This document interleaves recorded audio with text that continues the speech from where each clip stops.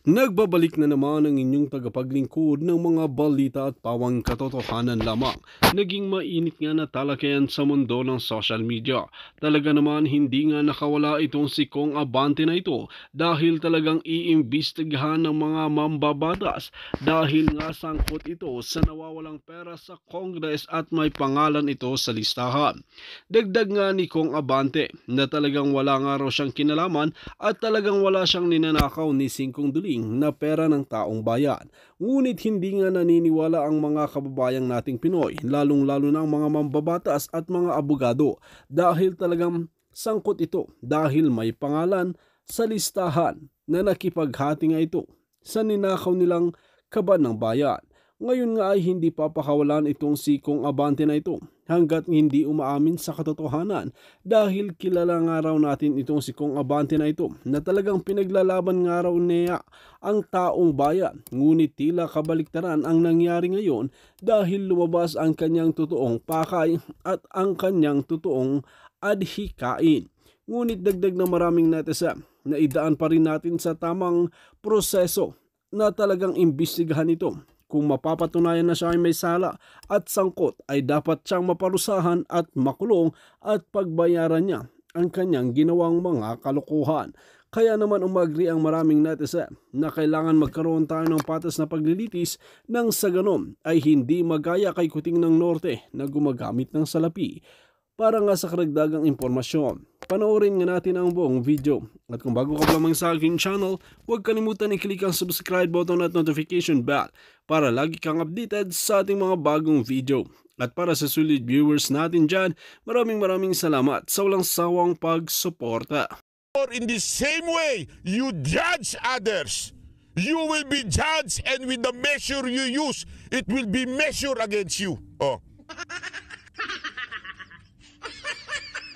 Gusto mo, di ba? Ito ang ginagamit mong panghusga sa Office of the Vice President. Yung wealth, yung ginagamit ba ng tama yung pondo ng bayan.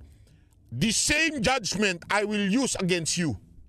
Since you pretend to be the bishop and pastor of such church, I will use the same to you, Mr. Bishop. Bakit? Sabi po ng Biblia for in the same way you judge others, you will be judged with the measure you use. It will be measured to you. Ibig sabihin, pinupuna mo sa paggamit ng pondo ng taong bayan ang Office of the Vice President. Now, the same way people are judging you. How are you using your budget as a congressman? That's the question. The same question I will be asking to you right now. Ginamit mo ba ang pondo ng iyong opisina bilang public official para sa mga constituent mo? Second, ginamit mo ba ng tama yung ikapo ng iglesia mo? Hello? Bishop? Hello, Bishop? Tatanong ko sa ito, Bishop. Dalawa Ulitin ko the same judgment that you are doing with the Office of the Vice President is the same question I'll be asking you right now. Ginamit mo ba ng tama ang budget ng opisina mo sa Congress? Pangalawa, the same judgment. Ang lakas nyo makapo na kay Pastor Kibuloy tungkol sa kanyang wealth. I will ask you the same question. Saan mo ginagamit ang ikapo ng iglesia mo?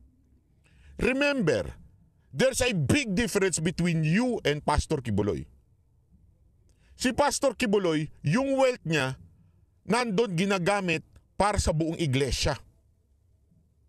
As a matter of fact, wala pa akong nakita na talagang naging extravagant siya sa personal na gamit niya. Paano yung aeroplano? Paano yung Ginagamit niya yung para makapunta siya sa kabilang church na mabilis. And again, paulit-ulit ko sinasabi to.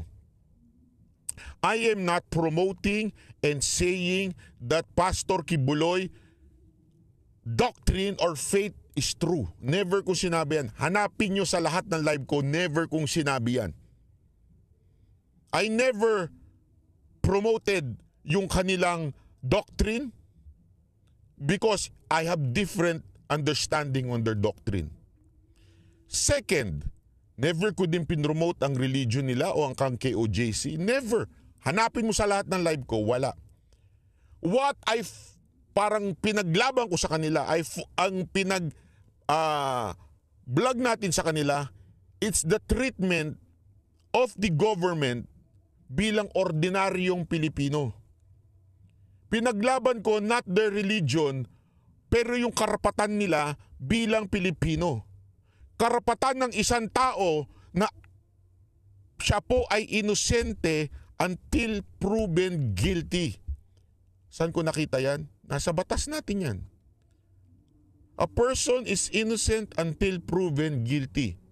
So I will fight for every person na ina-accuse at sinasabing guilty na kaagad without the court saying to them na guilty sila. Why? Because our law says sila po ay inosente pa rin hanggang ngayon. Unless magkaroon sila ng conviction. Yun po ang pinaglaban ko kay Pastor Kibuloy at yun din ang pinaglaban natin sa KOJC. It's not about religion. Now, tulad na sinabi ko, ang laki ng difference eh. Si Pastor Kibuloy, kung makikita ninyo, yung mga extravagant sa kanila, yung kingdom nila, yung prayer mountain nila, which is sino gumagamit? Siya lang ba mag-isa na gumagamit nun?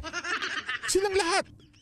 Ibig sabihin, their tithes or whatever they do, whatever their rules and regulation, kasi pinupuna sa kanila yung pagbebenta ng mga church member, problema na nila yun.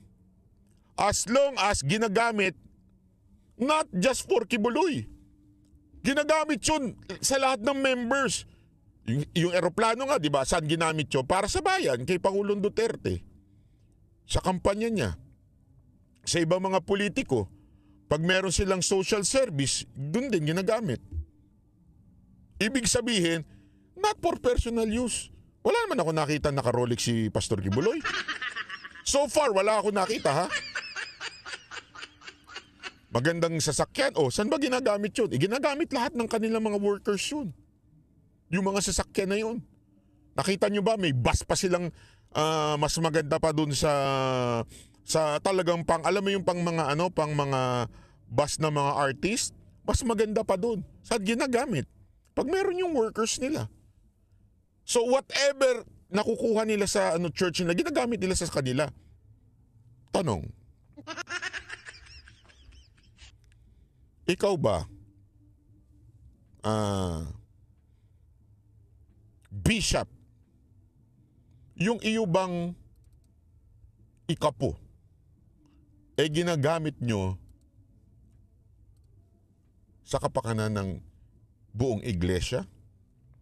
O baka naman sa kapakanan ng sarili nyong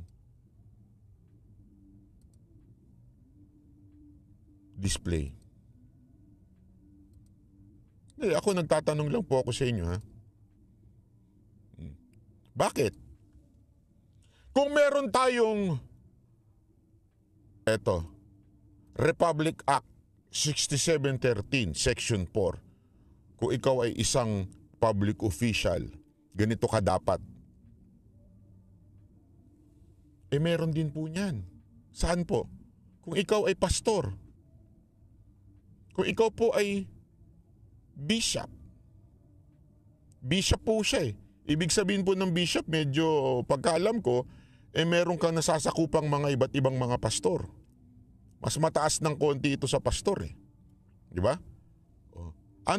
Kung merong Republic Act para sa mga congressman at mga public official, kung may Republic Act 6713, meron din po pagka ikaw ay church leader. Alam niyo ba yun? Ha? Alam niyo ba yun? Pag ikaw ay isang church leader, meron din po dapat pamantayan. O papakita ko. Ayan. To the elders among you, I appeal as a fellow elders and witness of Christ's suffering. Ayan o. Nakasulat dyan o. Watching over them. O ayan. Ayan o yung mga ano, ipapakita ko lang ha. Nakalagay dyan, not pursuing dishonest gain, but eager to serve, not lording it over. And being example to the flock. Yung pagdi-display po ba ng inyong kagarbuhan, yan po ba being example to the flock? Di ba po, dapat sensitibo ho tayo? Hindi, ito lang ha, simple lang naman ho ito eh. Di ba dapat kung tayo ay isang pastor, para tayo ay makarelate sa mga congregation natin, di ba dapat magpakita tayo ng humble na pamumuhay? Magbibigay tayo ng example sa ating flock. Nakasulat po yan, no? Di ba? Ito pa. Baka sabihin nyo, ayan, no? Ayan, nakasulat dyan, no? Nakasulat pa sa baba, not quarrelsome. Yung ginagawa nyo po ba doon sa pambabara kay Marcoleta? Nakasulat po dyan, no?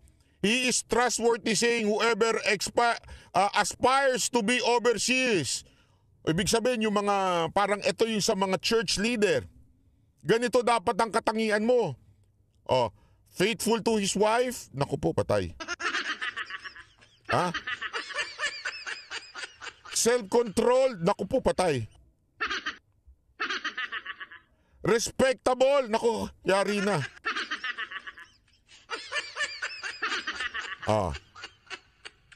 Not violent but gentle. Nako, yari ka. Batla, para atang opposite lahat. Not quarrelsome. Nako po, Bishop, you're not just a congressman. Remember, you are a bishop and I rebuke you. Kala mo ha? Bakit? Nagagalit ka pag nire-rebuke ka? Porket bishop ka, wala nang karapatan ng tao na i-rebuke ka, ganon? Ano ba nakasulat dito? Not lover of money. Hello?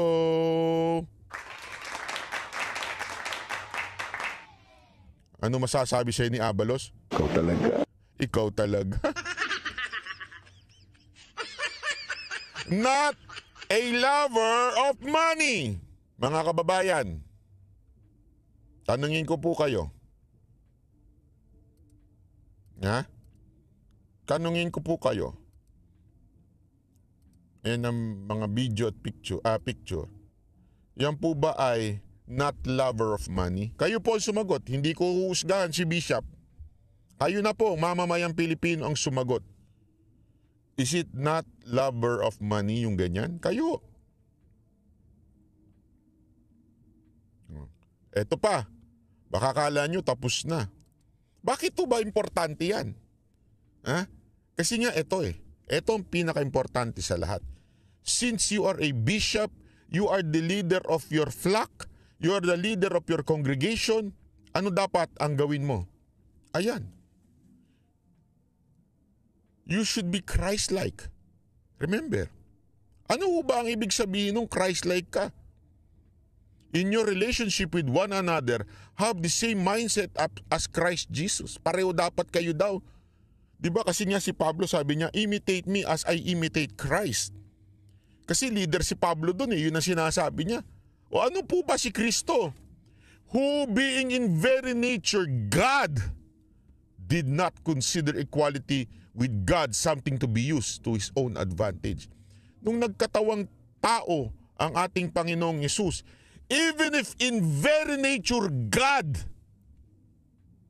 pwede sana siyang dumating ng bonggang-bongga. Pwede sana siyang dumating with all the angels. Kaya niya i-command yun. Why? He is God. Very nature, God. Paano ho siya na pumunta sa lupa? In a very humble way. Pinanganak siya sa manger kung saan yung mga hayop na andun. That's the example of being a humble person. Ayan o. He did not consider equality with God something to be used to his own advantage. Rather, He made Himself nothing. As in, wala. By taking the very nature of a servant, being made in human likeness, and being found in appearance as a man, He humbled Himself by becoming obedient to death, and even death on a cross. Alam niyo ba, nung panahon na yan, ang pinakamatinding parusa ay yung ipako sa krus. Yan po ang parusang ibinibigay sa mga kriminal. Sabi nga, kasi nung panahon na yan, maraming ways nung namamatay. Okay? Parusa. Yung iba nga, they are even proud na mapatay ng ibang paraan. Bilang may honor. Ganun ang gusto nila. By the sword sila namamatay. With honor. Okay?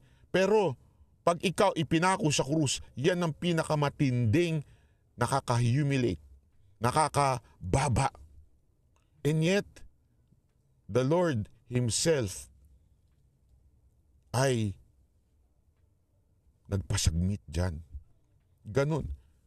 Pinanganak ang Panginoong Hesus in all humility. Namatay ang Panginoong Hesus with all humility. Kasi nabuhay din siya with all the humility. And church leaders should be like that. Hello? With all humility, walang pagpapakita ng kagarbuhan sa buhay. Kung merong code of ethics ang mga public officials, meron din po ang mga church leader. They should follow Christ the way He lives, He was born in sa kanyang pagkamatay. Tanungin ko kayo mga kababayan, do you think Bishop and Congressman Abante ay ganito mabuhay? Kayo po. Kayo po ang tinatanong ko mga kababayan. Hindi ko po siya uhusgahan. Bakit? Ayoko matulad sa kanya. Kaya nga po, pinipresenta ko lamang sa inyong katotohanan ng legal na nasa batas natin at ang kanyang tinuturong Biblia. Ipinapakita ko din sa inyo. Dalawang pinakita ko sa inyo. Doon sa dalawa na yon, sinusunod niya bang pareho yon? O hindi? Hindi, di ba? Ako nagtatanong lang. Sinusunod niya po ba yon o hindi? Kayo ho ang magsabi.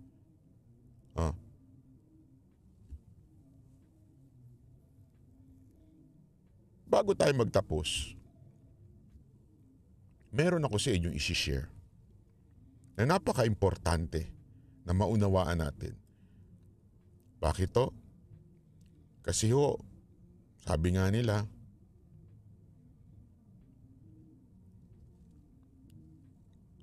we are living in the last days. Therefore, ano po ba ang meron sa last days? Sabi nila malapit na daw tayo sa second coming of Christ. Ano po ba ang meron dyan? Meron po bang relasyon yan sa politika? Abay, meron. Meron na meron. Hindi lamang po ito, tandaan ninyo. Ang akala kasi ng karamihan, ang Biblia ay isa lamang religious book. No, it's not. Bible is a history book. History of the people of God, Israel, hanggang sa civilization, nakasulat yan. The entire civilization of human beings, nakasulat sa Biblia. Until to the end, it is written. Ganong katindi ang Biblia po. Nakasulat lahat. Kaya nga, eto, pakinggi. Panoorin. Ay, hindi pala, basahin.